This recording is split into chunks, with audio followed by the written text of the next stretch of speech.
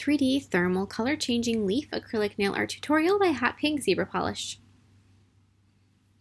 Hi everybody, in today's video I have a color changing leaf. So it's got thermal powder over the top of it that's got some orange and blue, or not blue, orange and red and yellow, so that it has kind of an autumn type of color scheme on it, and then if you warm it up, that all becomes clear and a green leaf shows through underneath. I love this. It is the changing of the seasons. Even though Melody and I are dressed for summer, we have a little hot streak going on right now. But I hope you guys like it as much as I do, and don't forget to click subscribe to see all my future videos as well. I'm going to begin with a layer of a caramel colored glitter. So it's a really pretty autumn colored glitter mix that I have. I'm just going to apply that over the entire background. Most of this color doesn't show, so if you wanted to just do a clear nail as a base, that would be very pretty, or whatever your preference is. This color glitter that I have is just one of my absolute favorites, and I use it every time for at least one design in the autumn season every year. Then I'm going to be encasing the nail with a layer of clear glitter, or clear acrylic, just to make sure that the nail is really nice and strong, and that glitter acrylic really needs a little protection layer on top of it, which is what this clear provides. And also on a long stiletto nail like this one, you want to have enough of a protective layer on top of the nail so that it isn't going to be fragile and break on you. So just all of that fun stuff is what this is providing. And then I'm going to be filing the nail into shape with my e-file, starting out with a fairly coarse bit to remove any bulk, and then switching to a finer bit to smooth out the surface texture and make sure that it's easy enough to work on top of, even though this nail really doesn't have anything that's on top of it or done on top of it specifically. It's just a nice habit to be in. So just do all that, work on all of that, and then I'm going to be applying a layer of gel sealer over the top of the whole thing, and that glitter just comes to life. After that's cured, I'm going to sculpt my leaf in 2 halves on a nail form backing. So with green acrylic, I'm going to be creating my little leafy. And so, like I said, in 2 halves, I'm going to do it left and right, and the first half is just like that, and you can do whatever kind of leaf you want.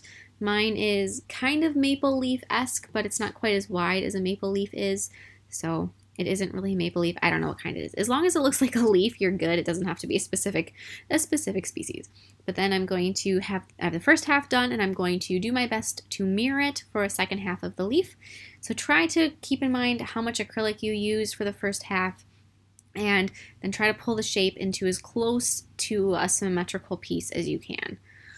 So just, it's impossible to get it exactly the same. So as long as it's close, then you're good. Same thing, as long as it looks like a leaf, you're fine. So don't sweat it too much, and as long as it looks good enough, then you're fine. So after you have that done, then I'm going to go back through and pick up the first piece I did, which should be fairly close to set at this point, and it's pretty much set, which is why I'm touching it with both hands. But then I'm going to glue that down onto the nail with a little bit of nail glue and just hold that in place. And so it should help and kind of take on the curvature of the nail. Then I'm going to place down a little bit of nail glue and pick up the second half. This time this one's not quite as set as the first one, but then place that on the nail so that it lines up and you have a full leaf going down the nail. After that, I'm going to blend the 2 sides together so it doesn't look like it was made in 2 pieces. And I'm going to be doing that with more of the green acrylic. If you wanted to, and you wanted this nail to be the opposite of what it is as far as the thermal and the autumn colors, you could sculpt your leaf with autumn tones with oranges and reds, and then put green thermal powder on top of it instead of doing it the opposite way. It's really up to you, and it doesn't really matter what's hot and what's cold, but it's all up to you. So then after I have that secured, I'm going to apply a little bit of clear acrylic underneath my leaf to make those little points a little bit stronger. Then I'm going to take some green and black paint, and I'm going to be adding the veins in my leaf. So I started out with a darker shade of green, and I'm just going to be applying that in thicker lines and create the base shapes of my little veins in there. And then after I have those done, I'm going to take some diluted black paint and go over the top of all of my little veining that I've done with thinner lines. So the reason you want to use black paint is you want your veins to be very vivid and very distinct so that they are shown and they can be seen through the thermal powder on top of it. And so you want to just make sure that it's really, really visible. And if you're wondering why I didn't do the painting on top of the thermal powder, is because you'd have to apply one more layer of gel on top of it so that you could paint over the thermal powder, and I just decided that was too much work. But then, just make it extra thick. So then apply a layer of gel base coat and then burnish in your thermal colors. I have a red, an orange, and a yellow, and just sort of apply them here and there anywhere you want. And then after you have them all on there, and it takes quite a bit of powder, so don't be skimpy on it, be very generous with the amount of powder you're using. Use a brush to remove any extra powder there may be, and then apply another layer of gel base coat. And as you can see, the color is not vivid yet. It's not that bright autumn color that we want. And repeat the process with all of your colors, orange, yellow, red, so on, and apply them over the top of your little leaf once again.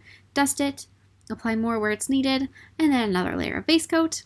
And keep repeating this process until you are happy with the pigmentation of your thermal powders. Keep in mind though that it's really a bad representation of what it will look like in the end when you first pull it out of your lamp, especially if your lamp has a slightly warm feeling to it, because that's going to activate the thermal properties of your thermal powder and it's going to show that green through a little extra. So just bear that in mind. When you're happy with the coloration of the leaf, apply a layer of matte gel top coat over the whole thing and you are all done. And then you can have so much fun with it. My favorite thing to do is always when I'm washing my hands, I like to change the temperature when I have thermal stuff on my nails and mess around with the color. I think that's just one of my favorite things. So I hope you guys like it as much as I do. I love creating these designs and it's a nice little autumn thing. So if you do happen to do a recreation, please tag me on Facebook or Instagram. I'd love to see them and I will see you in my next video. Bye!